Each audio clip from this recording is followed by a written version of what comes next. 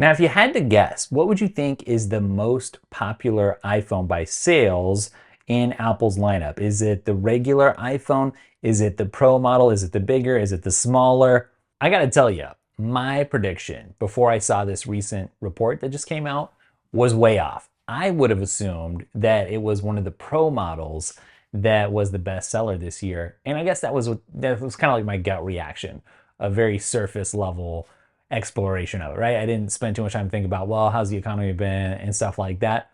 But the actual answer is very different. And if you feel like everyone that you've been seeing out there is starting to have the same looking new phone, well, there might be a reason for that because one model is way outselling the rest. Apple Hub over on X actually has a great chart here. And you can see the top selling model by far is the base model, followed by the Pro Max, followed by the Pro, and then finally the Plus. It's funny because I feel like the regular iPhone 16 was far and away cooler as I watched the event unfold this year than regular iPhones have been in the past. I usually end up being interested in the Pros because I use them in quote unquote professional ways, AKA mostly for shooting. Like I'm shooting on one right now. I'm using ProRes, I'm using log footage and color grading it with my own custom LUTs and stuff. But that's not for everybody, right? Some people just want to point and shoot and have it look good.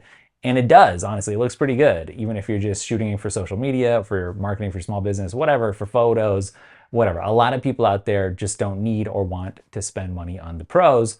And it turns out the features on the base model, it was a good balance of the price and the features. And people were like, hey, they didn't jump the price too much here. And for what I get, I'm actually pretty excited. But the camera system is actually pretty capable, pretty cool this year. I feel like it got some pretty decent performance upgrades, just the camera, which is what a lot of people care about when they upgrade. Hey, if you don't know about my newsletter, it's free. It comes out on Fridays. It doesn't waste your time, but it fills you in on everything worth knowing about Apple and the tech world, including AI stuff. I mean, the camera capture button is not limited to just the Pros this year. That was kind of an interesting move. It seems like something that Apple would have saved just for the Pros, but that didn't happen.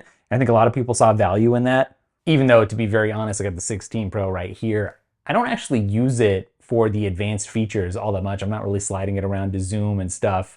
It's funny how that works. And it sounded like really cool, but in practical use, it's just like, I use it to open the camera and to, click to record or to just snap a photo. I'm not really using it in all the ways that it's marketed, which is the funny thing. Kind of funny to me how the Plus ended up being the least popular of all the phones. So either people really wanted to save money and they thought, hey, the base model is good enough, or they're kind of wanting to downsize a little bit. They're not necessarily wanting that bigger screen, at least not in the base model kind of price bracket. It's a different story when you go to the Pros. But the Pros, the Max model, that's almost 50% less sales than the base iPhone. Pretty interesting. So obviously I think people feel like the Plus just doesn't differentiate itself enough from the base model to justify that cost. One interesting question that I think this brings up is, what do these numbers mean for Apple moving forward? Because they're going to look at this and they're going to plan, okay, if this is what people are buying, what should we be making? How should we tweak, the lineup and optimize it? Number one, well, they want sales, but to get sales, they need to make something that people want to buy, right? And so I think there's an opportunity to kind of slim things down a little bit. And I don't mean the potential iPhone Air. That continues to not make sense to me, those rumors. It's almost like something that someone would leak just to be like, who's covering that and where did the leak come from?